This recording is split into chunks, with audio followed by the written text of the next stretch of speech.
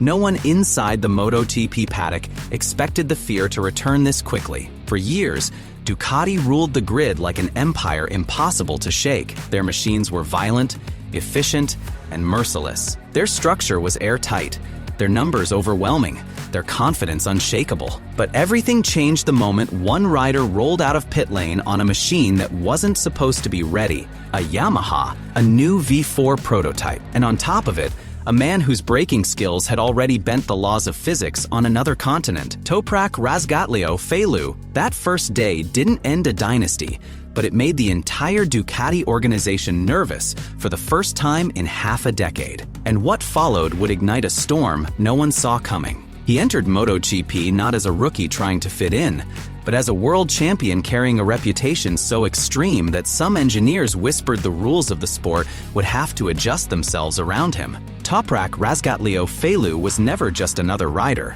In Worlds BK, he had become a myth. The rider who braked later than what physics claimed was possible. The rider who leaned a bike so deep into a corner that mechanics swore the foot pegs were biting the asphalt. But championships don't guarantee success in MotoGP. Many champions from other series arrived with pride and left with disappointment. Toprak knew it. Yamaha knew it. Ducati believed it. Yet beneath the calm look he wore on the outside, something was building inside him. A hunger sharpened after years of waiting for the chance to prove what many doubted, that his style wasn't just spectacular, it was transferable. But the real shock wasn't his talent, it was where he chose to unleash it. And that twist sent a tremor through Bologna long before a wheel even touched the track. Pramac Racing had been Ducati's secret weapon for years, their most reliable satellite team, their development pipeline, their strategic partner. Losing them was already a deep cut. But losing them to Yamaha, that was betrayal wrapped in humiliation. Inside Ducati's meeting rooms, the conversation shifted from quiet confidence to something darker. Some sentences began with, "We never expected them to," followed by long silences. For a factory that thrived on control, this was the first sign they were losing it. Because Pramac didn't just leave. They joined Yamaha as a fully empowered partner, given access to the most sensitive development projects, including something many believed Yamaha would never dare to build, a V4 engine. And once the paddock heard who would lead that project from the saddle, the anxiety only grew louder. Toprak wasn't coming alone. He was coming with a team reborn, a manufacturer desperate, and a mission big enough to rewrite the sport's hierarchy. Yet even that wasn't what made Ducati nervous. It was the speed at which everything started happening. Tests are supposed to be boring. Data runs, half-effort laps, quiet engineering days. But on that afternoon in Valencia, everything shifted. When the asphalt finally dried and riders began rolling out, no one paid attention to bike number 54 at first. It was just another prototype, another test lap. Even Fabio Quartararo didn't expect anything dramatic. Then, on Toprak's fourth lap, he tipped the bike into turn 1, and the paddock stopped. The Yamaha didn't behave like the old M1. It didn't flutter under braking. It didn't fight him mid-corner. It didn't punish the front tire the way Yamaha machines had done for years. And Toprak? He looked like he'd been riding it for months. Fabio Quartararo, a rider who almost never praises competitors publicly, admitted afterward he was truly surprised. He had been watching, comparing lines, expecting mistakes, and instead saw something terrifying. Toprak was still adapting, yet he was already fast enough to sit less than 2 seconds from the top time. For a first day on a MotoGP machine, that wasn't normal. It wasn't even impressive, it was dangerous. Ducati engineers began reviewing the data that same evening. And what worried them wasn't the lap time, it was the body language. Toprak didn't look like a rider trying to survive a new bike. He looked like a rider discovering a secret. And the more laps he put in, the more the fear grew. Yamaha's V4 project had been mocked at first. The entire paddock believed the Japanese manufacturer had lost its way, especially after years of struggling with rear grip and straight-line power. But the new engine changed the equation. A V4 architecture meant a deeper torque curve, better traction, more aggressive acceleration, and a completely different balance compared to the old inline 4. And while the bike was still raw, far from refined, it had something Yamaha hadn't possessed in years: potential. But that potential only matters if someone can unlock it. And Toprak did something almost no one in MotoGP could. He found front tire confidence faster than veterans who'd spent years wrestling with Michelin rubber. Front grip on a MotoGP machine isn't a skill. It's a language that ruins rookies, humiliates champions, and exposes fear in every inch of the braking zone. But Toprak? He spoke it fluently. Rumors quietly spread after the test that he had requested extra front tire allocations, not officially, not on the record, but whispered through mechanics who swore they saw him pushing deep into the run plan just to study how the tire behaved under maximum load. And every time he braked later than the bike wanted him to, the Yamaha held. That was the moment Ducati realized this wasn't a hype story. This wasn't marketing. This wasn't a rookie moment. This was an alarm. Because while hardware can be copied, a rider's instinct cannot. The V4 gave Yamaha a weapon, but Toprak gave it teeth, and the combination was something even Ducati didn't have an answer for. Yet, the arrival of Toprak and Yamaha's V4 didn't just change the bike, it changed the entire atmosphere inside Pramac. For the first time in years,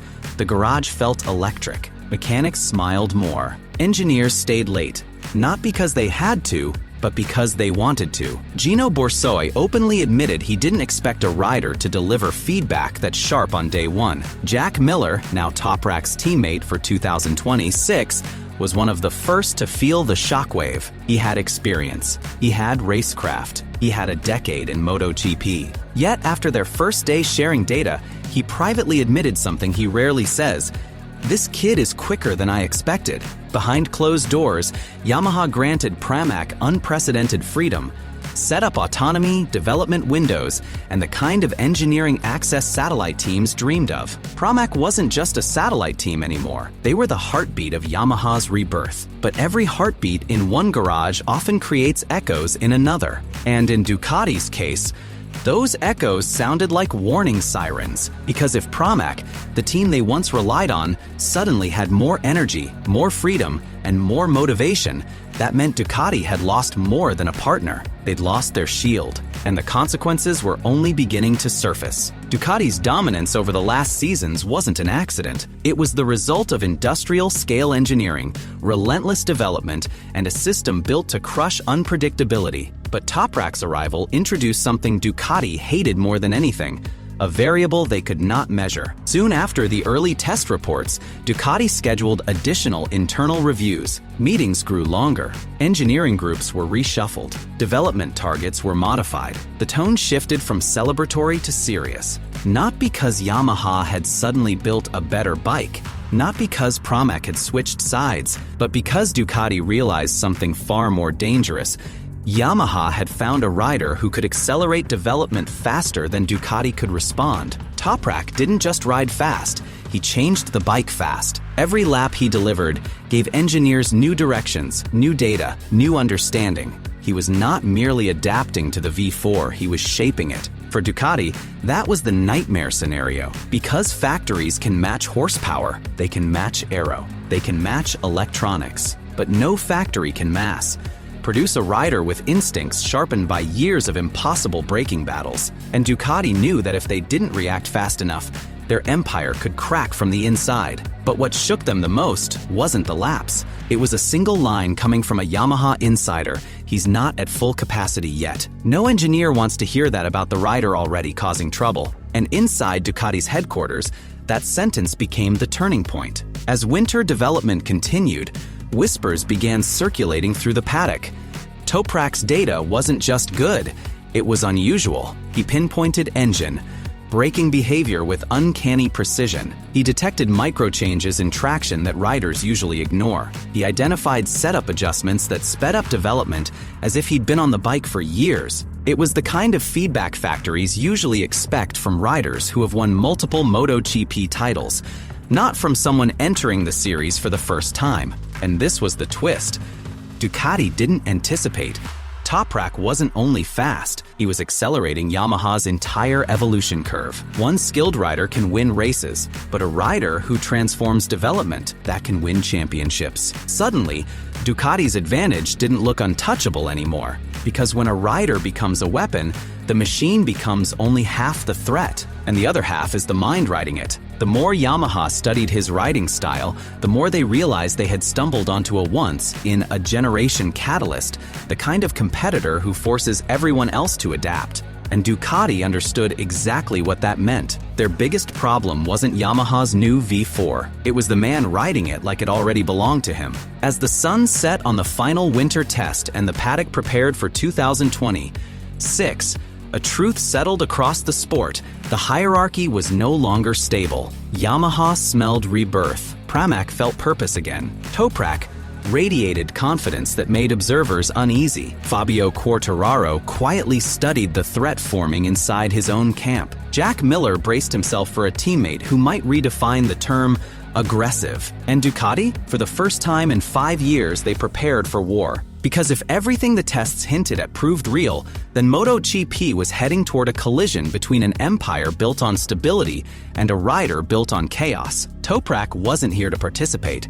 He wasn't here to learn quietly. He wasn't here to be a rookie who asks for permission. He was here to win, to break the rhythm, to disturb the peace, to wake Yamaha from its long sleep, to make Ducati nervous every time he braked 10 meters later than logic permitted. And so the question entering 2026 was no longer, can Yamaha come back? It had become, what happens when a rider capable of bending physics rides a machine finally capable of keeping up with him? No one had the answer. Not yet. But one thing was certain. When Toprak Razgatlıoğlu rolled to the grid in 2026, the entire sport would be holding its breath. Because some storms don't announce themselves loudly. Some storms begin with a single lap, a single braking zone, a single rider who refuses to respect the limits others accept. And this storm had only one name: Toprak.